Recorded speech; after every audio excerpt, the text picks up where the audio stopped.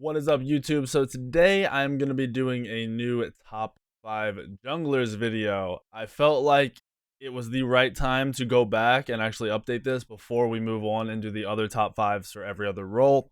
I will have a support top 5 coming out very, very soon. Probably this week, maybe this weekend. But it's time to do the junglers again. I had a rough guesstimate before a couple weeks ago of what I thought it would be. I was a little off. I was pretty close, but a little off. I'm very confident in this top 5. The number 5, the last one on the list, could change and be different depending on the player. But yeah, we're gonna go ahead and jump right into it. And starting off on Warriors, just to trick you guys, we're gonna start at number 5, work our way up to number 1. The number 5 god on the list for me is Mercury. Now, with the removal of Golden Bow, everyone thought Mercury would suck complete donkey balls. And even I did. I thought he was dead. But when they took out Red Pot, which is just for now, we're going to find out tomorrow what the actual changes to pots are. But if Red Pots are not a starting item, if you cannot start with Red Pot, Mercury becomes stronger. Because Mercury gets 6 power from boots, and originally you don't even go Red Pot on Mercury. You go boots. So you go Bumba's boots, health, mana. And with Red Pot being gone, a bunch of gods lost the extra power, but Mercury kept his 6 power. And then the downside comes to where, what's your first item? What are you going to build? I've been going between Deathbringer if I'm ahead as my first item after boots, Wind Demon if I'm kind of on par, and sometimes trying out the Ritual Dagger first. And then my second item has been Ritual Dagger, and then after that I go into normal Aussie, more crit. You can go pen, you can go a little bit of defense if you need it, which usually isn't very often, or more another third crit item. Really kind of situational, but I've been playing with those as my first couple items, and the rest, like I said, it's pretty standard stuff. And it's been working. It's really, really strong. The game is a little bit slowed down. A lot of gods are trying to work in Hog. A lot of junglers are trying to work in Hog into their regular items. So it allows Mercury to get away with a little bit more and be a little bit more aggressive. It just works out, and Mercury does very well. That's why I think he is in the top 5. While I do think he's around number 5, and I do think other gods for some people might take that spot. Ao Kuang could take that spot. Ao Kuang is still really good. It's just kind of Mercury works for me. So Mercury is my number 5. Now we're gonna jump back to the assassin. Number 4 on this list could go this way or that way. It can really be kind of whatever you want it to be. Between the 4 and 3, but Thor is number 4 on my list.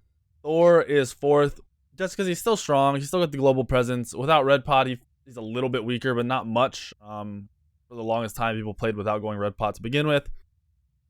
He's really aggressive, and he just does well. But for me, it just seems that while he's always been good and he will always be in the top 5, he's not as potent. That loss of early aggression, or a little bit less early aggression, the loss of clear from the jungle and solo in the beginning to get him out into the jungle and ganking and fighting early as possible. The lead he gets from that usual clear into mid camps is kind of gone. So he's not as crazy. Still very strong. Like I said, he could be number 3. 3 and 4 kind of tied for me. So we'll go ahead and talk about number 3 now. Number 3 on my list is HuBatz. HuBatz just does very well with no Red Pot. He already had shit clear before. Going Red Pot was kind of a waste on HuBatz. But your clear was shit, even with Red Pot, it was poo. But now everyone lost Red Pot. Everyone's clear slowed down. So HuBatz is in the same spot as he was. He didn't, like I said, you weren't really building Red Pot on him. It didn't do that much for him. So his clear stayed the same while other people's got worse. And then the fact that people are trying to get away with Hog allows HuBatz to be even more potent. He just does very well. He's always been like a Thor, like a really average, not like the number 1 best god, but not really weak against anybody. He do very, very well in this meta with Red Pot returning. Like I said, if it stays out of meta, this whole list is based on Red Pot not being the starter item on every god. If they don't bring Red Pot back into a starter item, then this HuBatz will be my number 3. And that's why. It's simple. His clear stayed the same while others got worse, making him reliable early again into your farming level 5, and you're looking to fight and use that HuBatz ult to get yourself a kill. Number 2 on my list is Ratatasker. Ratatasker was previously number 1. Rat is still God mode. Rat is awesome. You can start boots it's not boots, it's Acorn 2. Acorn 2 is 500 gold on Rat. It gives you 10 power and 10% movement speed. So instead of a red pot, I didn't get red pot on Ratatasker anyway to begin with. You kept boots too. Everyone else lost their red pot clear, and Ratatasker keeps the movement speed and the power. So you go Bumbas, Acorn 2, 2 health, 2 mana on Ratatasker, and you do work. You have early aggression. You have 4 damaging abilities. All of them have a great part to them where you have a slow on your 1, you have a protection shred on your 2, you have a stun on your 3, you have a knock up on your ult. Rat does very, very well at being aggressive early, while not many people aside from like Thor can be aggressive early. And I think if Ratatasker plays correctly, is more aggressive than Thor. Very easily more aggressive than Thor. You have mobility, and like I said, 4 damaging abilities with the addition to what each of them does is insane. You would think Rat would still be number 1. But while I said Rat can be aggressive because of his Acorn, he's still pretty squishy, and his lockdown isn't guaranteed. He's got a nice slow. You need the follow-up from your mid a lot of the time. And he is, like I said, very mobile. But that's once you hit 5.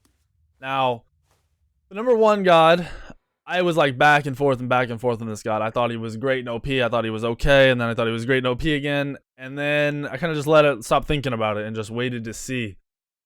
This god is going to be available in relegations from what I understand, meaning he's coming into ranked like this. And he's going to be very, very, very potent number 1 pick next to... I haven't done a support tier list yet. But Fafnir is probably... Fafnir and Erlang Shen are probably your top pick. Now, like I said, I was back and forth. Erlang Shen has insane lockdown and aggression for early game. For when nobody has that red pot, Erlang Shen has a knock-up, or that has a nuke, or that gives him a shield and makes him tanky. So he can be aggressive and initiate very easily. He's got a root, which is amazing setup for himself and for his mid. And then he has a Vitalis on his 1 that does extra damage, as well as he has amazing clear without red pot.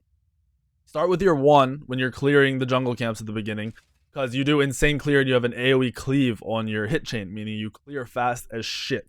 So your clear is amazing. And that fact that has a Vitalis, meaning you can auto for 5 seconds straight on somebody early game. 5 seconds of autoing on this god with Bumba's passive, or whatever the Bumba's plus 10 damage is. It dumpsters people, especially mages. So if there's a mage in the mid lane that doesn't have mobility, Poseidon, Isis, Nuwa, things that do not have mobility, if you can get in their face, you can destroy them. And the fact that you can root them and knock them up while also autoing in between then or after, or whatever, however you want to use your 1 and do all that damage is unreal. Erlang Shen, maybe not as potent mid to late, but the fact that the early game is so he is still potent. I'm not saying he's not really, really good. He is still very good mid and late game. But maybe his early game is probably his strongest. His early game is just insanely good. And then his mid and late game are just really good. It's kind of how I see it. He's just super strong. I build him tanky with Akins, pretty much. Maybe go boots, void shield into another tank item like some CDR or an Urchin if you really don't care for the CDR. You don't need CDR on this god, which is weird, but it works out. Into Kins, into another tank item, into like an Executioner or something. The build works very well. He just does a lot of damage between his abilities and his autos. The fact that he has the extra damage coming out of his 1 with Fatalis effects is just insane. He does, like, I can't get over how good he is. Now, we're going to talk about the gods that I kind of skipped and left out of this. Susano's very good, but he's not as scary early game. And the fact that he's super squishy and not as damaging and annoying early game is what kind of makes him fall out of the top 5. Susano is still very good, don't get me wrong. He might come back into the top 5 as time goes on. But the fact that Red Pot's out of the game right now, like this whole top 5 list is based around, it makes a big difference for Susano. His late game and mid game are insanely strong still. He still does crazy damage and has insane mobility. But the fact that he doesn't snowball as hard makes him not a top 5 for me.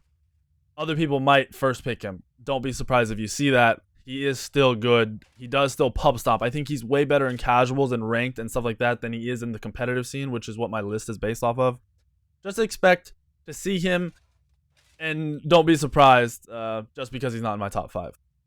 I already hit on Ao Kuang. Ao Kuang probably could be in the top 5 as like that 5th spot, but he's just not as crazy to me, and people have learned to play around it. Still does great in casuals and ranked as a pub stomp god. Let's see, we'll look at the list. Nemesis, people are thinking Nemesis is super strong. I'm wary on Nemesis. Same with Nija and Fenrir, and Serket. They're all okay. They're just not all the time kind of gods. The top 5 I gave you are gods you can play. I would first pick. If I can't get Erlang Shen, I'm picking freaking Rat. If I can't get Rat, I'm picking HuBatz. I personally don't play Thor, but I know how good Thor is. Even when I don't play him that much, I can still do work with him. So Thor, I might not pick him, but he easily could be first picked. And then same with Mercury for me. I would first pick Mercury if those other 4 gods or 3 gods aren't available. That's how I see my list right now. Remember, this is based around competitive play.